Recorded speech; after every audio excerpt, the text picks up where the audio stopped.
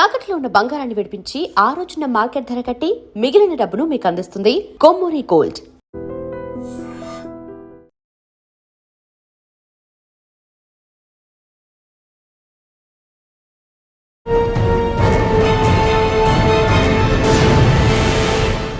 Bomb disposal stick.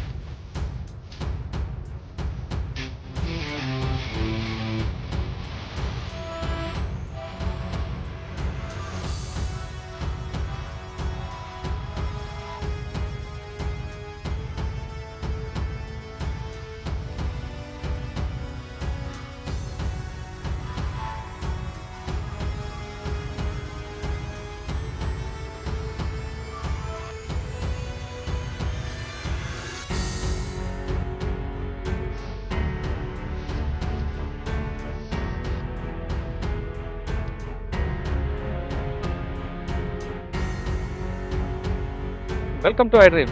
ప్రస్తుతం మనం కర్రెగుట్ల మీద ఉన్నాం. కర్రెగుట్లకు రావాలంటే పోలీసులు అందరూ కూడా ఒకప్పుడు భయపడేవారు. ఎందుకంటే మావోయిస్టులకు అడ్డాగా ఉండేది. ఇది చుట్టూ వాళ్ళు ఎక్కడ షెల్టర్ తీసుకున్నారో చుట్టుపక్కలంతా కూడా మందుపాతలు పేల్చేవారు. మందుపాతలు అమర్చుకొని ఎవరు రాకుండా అడ్డుకునేవారు.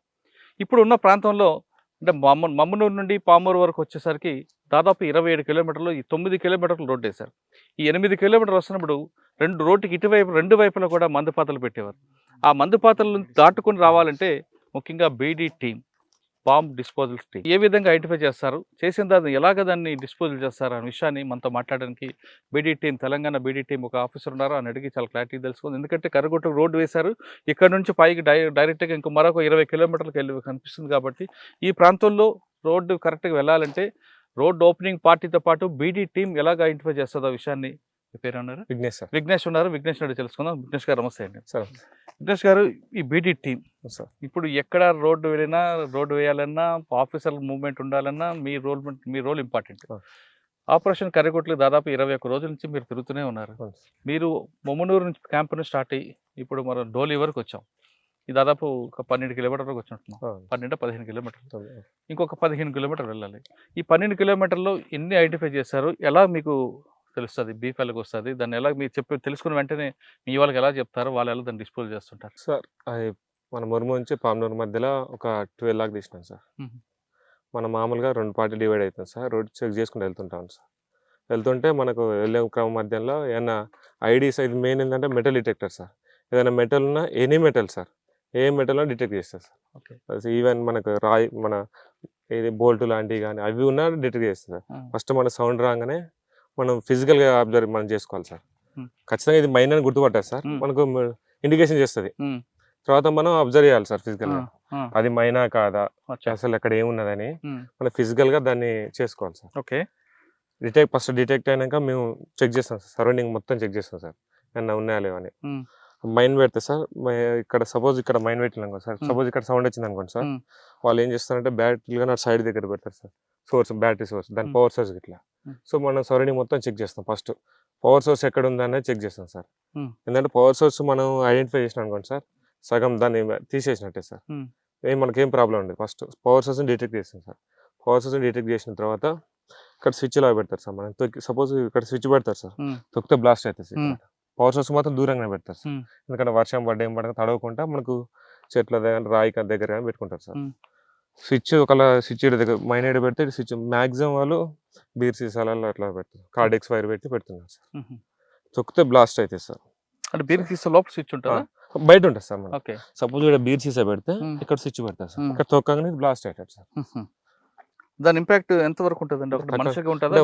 వాళ్ళు పెట్టేదంటే మినిమం ఒక లెగ్ ఇంజురీ కానీ మనం చనిపోరు సార్. మ్యాక్సిమం వాళ్ళు ప్రజెంట్ మేము చూసిన అయితే మనిషి ఇంజురీ కావడం సార్.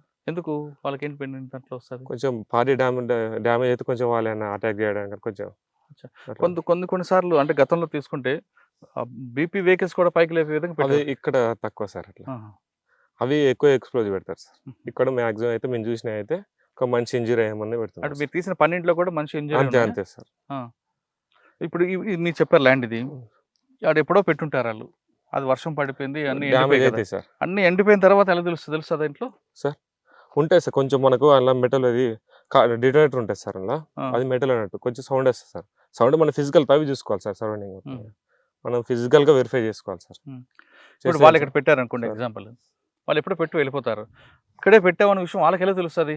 వాళ్ళ వాళ్ళని గుర్తులు పెట్టుకుంటాను సార్. అది ఏం గుర్తులు పెడతారు వాళ్ళు ఎక్కువ? చెట్లు కానీ మ్యాక్సిమం చెట్ల పక్కనే పెట్టుకుంటాను సార్. బ్యాటరీ సోర్స్ ఇట్లా ఏమైనా చెట్టు పెడితే చెట్టును కొట్టేయడం కానీ చిన్న చిన్న వాళ్ళు పెట్టుకుంటారు. చిన్న గుర్తులు మ్యాక్సిమం వాళ్ళు చెట్టు పక్కన అట్లా పెడుతుంటారు. మళ్ళీ ఏంటంటే వాళ్ళు పెట్టేది ఎట్లుంటుంది అంటే మనం పక్క అక్కడి నుంచి వెళ్తాం సార్, అలాంటి ప్లేస్లో పెడతారు.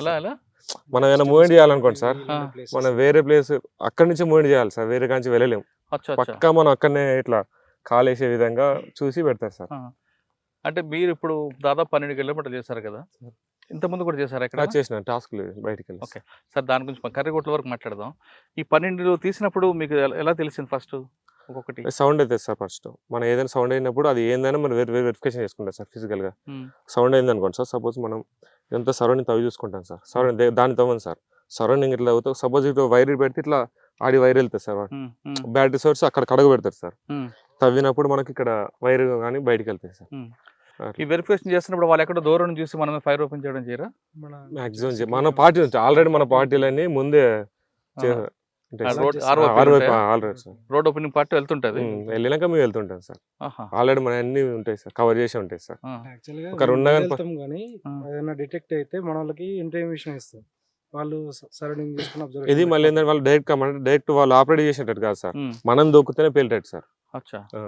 డైరెక్ట్ కమాండ్ కాదు సార్, అంటే వాళ్ళు బ్యాటరీ పెట్టి ఇట్లా ఆన్ చేసి పేల్చడం కాదు సార్.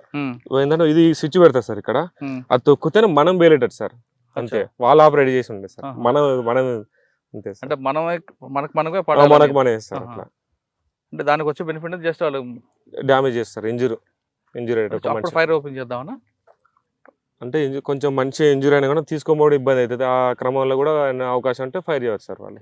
ఈ వీడియో అన్ని కూడా ఎక్కువగా రోడ్డుకి ఇటు సైడ్ పెడుతుంటారా, లేదు సెంట్రల్ కమిటీ వాళ్ళు ఎక్కడైనా ఉంటే ఆ సరౌండింగ్ కూడా పెట్టుకుంటారా? ఇప్పుడు ఎక్కువైతే రోడ్డు అట్లేం లేదు సార్, మామూలుగా పెట్టింది సార్. అంతా మన టాస్కులు చేసేటప్పుడు మనం ఎక్కడైతే కొంచెం అలసిపోయి ఆగుతామో అలాంటి ప్లేస్లో ఎక్కువ పెడతాం. అంటే వాటర్ పాయింట్ వాళ్ళ దగ్గర వాటర్ పాయింట్ కానీ, సపోజ్ ఒక గుట్టు ఉన్నది సార్, గుట్టు ఎక్కినాక ఏం చేస్తాం అంటే అందరం అలసిపోతాం, అలసిపోయాక కొద్ది దూరం మీద ఆగుతాం. ఎట్లా మ్యాక్సిమం ఏంటంటే మన ఆలోచన ఆగాలనుకుంటా అసలు ప్లేస్ లో పెడతారు సార్.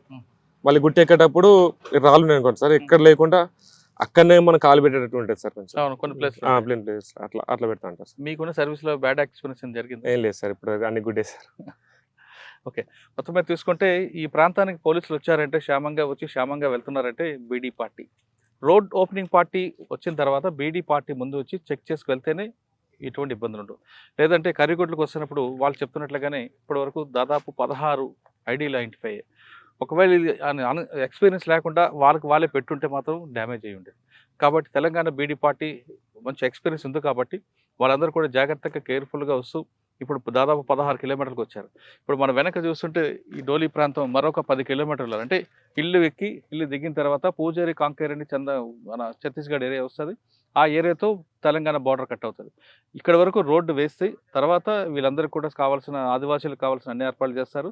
ఈ రోడ్డు ఒకవేళ ముందుకు దిగిన తర్వాత ఛత్తీస్గఢ్ వెళ్ళచ్చు, లేదా రైట్కి వస్తే వాళ్ళు తిరిగి మనం వెంకట చెర్ల వైపు రావచ్చు. చెర్ల నుంచి కొండవీడు అనే ఒక సంత జరుగుతుంది, పెద్ద సంత. ఆ సంత కూడా వీళ్ళ అవకాశం కనిపిస్తుంది. మరోవైపు డౌన్ దిగి రైట్కి వెళ్తే తిరిగి మనం భద్రాచలం కూడా వెళ్ళచ్చు. అంటే ఇక్కడ మరో ప్రాంతంలో ఒక విధంగా నల్లమల ఏ విధంగా అయితే డెవలప్ అవుతుందో తెలంగాణలో ఫారెస్ట్కి, ఇక్కడ కూడా మరికొన్ని సంవత్సరాల తర్వాత ఖచ్చితంగా ఇది టూరిస్ట్ హబ్గా మారుతుంది అనే దీంట్లో ఎలాంటి డౌటే లేదు. కర్రిగుట్ల నుంచి పీడీ టీం దగ్గర నుంచి ఈ ఎక్స్క్లూజివ్ ఇంటర్వ్యూ వచ్చే ఇష్యూలో మళ్ళీ కలుద్దాం. అంతవరకు నమస్తే. Thank you brother. Thanks. All the best. మీరు చాలా కేర్ఫుల్గా ఉండాలి. Thank you.